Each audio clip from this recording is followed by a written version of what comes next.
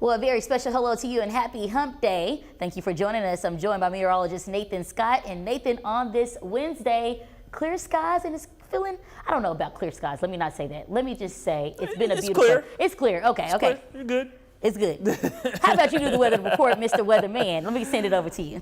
Well, good afternoon, Jurnee. I would say, yes, clear skies are out there. Lots of sunshine, but it is on the cool side. So if you're going to be out and about, you need that jacket or sweater. Temperatures right now are into the 40s for most areas. 46 in Clinton, 48 in Searcy, 52 in Arkadelphia. A few more clouds scooting their way through northeast Arkansas. Temperatures right now, Mountain Home, 39 degrees. But we've got that breeze out there, and it is kicking in from the north-northwest about 10 to as much as 25 miles per hour. So that adds a bite to the air. Feels like 31 right now in Harrison, feels like 43 in Hot Springs. Here's your planner today. Lots of sunshine, highs today, low, maybe mid-50s, and then we drop down to the 30s for this evening. And tomorrow morning, it's going to be cold.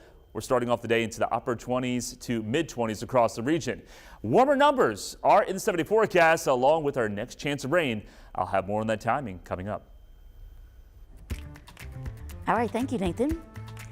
Economic growth is heading to Little Rock. The capital city secured new funds to begin construction for a new port facility. The Arkansas Economic Development Commission granted $2 million to the Little Rock Regional Chamber. That money will be used for tidying up loose ends, clearing the site, and constructing the facility. The latest investment brings the total amount raised for the project to $20 million. Franklin County is one step closer to building a new prison. The State Board of Corrections met last night to finalize a lease agreement. It legally binds the board to the Development Finance Authority for a plot of land where the prison will sit. That is the part of this, that creating that, that legal authority to turn the electricity on and the gas and all of those things. That's what this is about. And that's strictly what this is about. The Corrections Board says that they're working to maintain the property so that it's kept clean. Well, new details are emerging surrounding the suspected shooter of United Health's CEO. Bradley Blackburn is in New York with the latest findings. Completely out of touch and it's an insult to the intelligence of the American people. Murder suspect Luigi Mangione was agitated on his way into court Tuesday and subdued on his way out. The 26-year-old is fighting extradition to New York to face a murder charge in the shooting death of United Healthcare CEO Brian Thompson last week. We're going to fight this along the rules and with the constitutional protections that my client has. Mangione's attorney says he hasn't seen anything proving his client's guilt. I need to see evidence. We're entitled to see that, and we need to see that. Police in Altoona, Pennsylvania said they knew immediately they had their suspect when they were called to a McDonald's where Mangione was eating. Police say the 26-year-old was arrested with a 3D printed gun, silencer, and a handwritten 3-page note, reading in part, "These parasites simply had it coming." He explained his reasons for doing what he did, which in his mind was precisely to deplore the state of healthcare in the United States. He certainly was trying to justify what he was doing. Mangione had complained about a back injury on social media. I do know that he was suffering from a spinal misalignment that had been ongoing for quite some time. I just feel heartbroken, somebody that I loved and cared about, that could have done something so hideous. The formal process to extradite Mangione could take weeks. Bradley Blackburn, CBS News, New York. Governor Sanders is calling on federal assistance to regulate what items can be purchased with SNAP benefits. The governor sent a letter to multiple U.S. agencies, including the Department of Agriculture. She calls out the SNAP program for encouraging American families to buy unhealthy foods. The governor says that exposes people to a number of health issues. The letter also addressed the need for supporting Arkansas-grown food.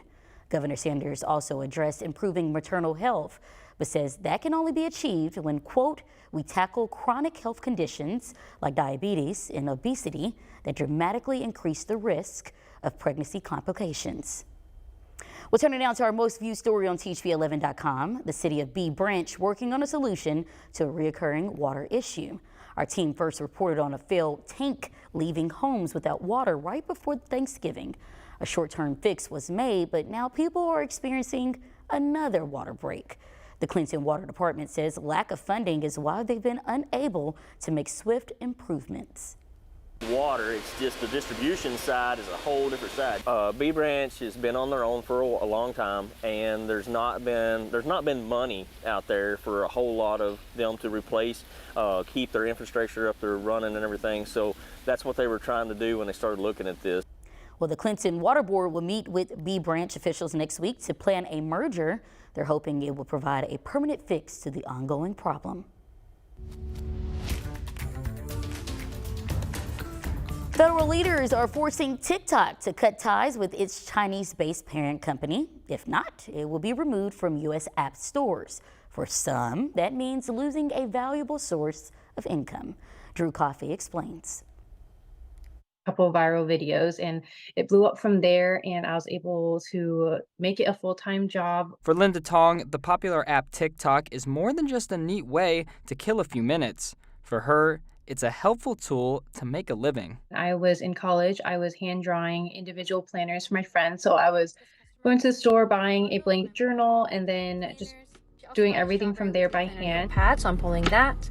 Based in Des Moines, Tong now sells countless design planners and notebooks across the country, using TikTok as her main source of promotion. At the time, I just knew it was an up-and-coming app, and a lot of people were starting to get on it. In just 4 years of business, she's blown up on the app, gathering a reliable audience of over 250,000 followers.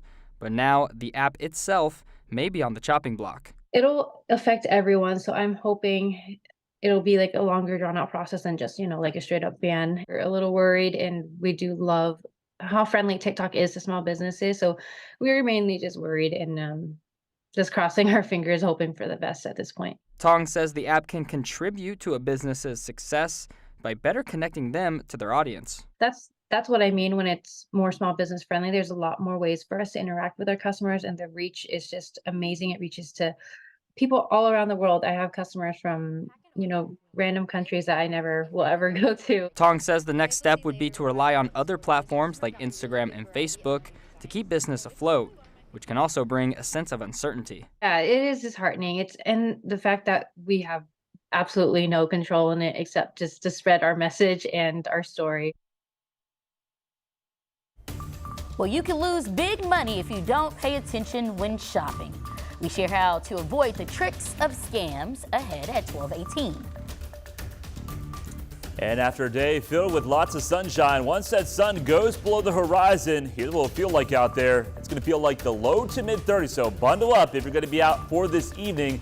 And get ready to get the umbrellas out to close out the work week. Our next storm system is headed our way. I'll have everything you need to know coming up.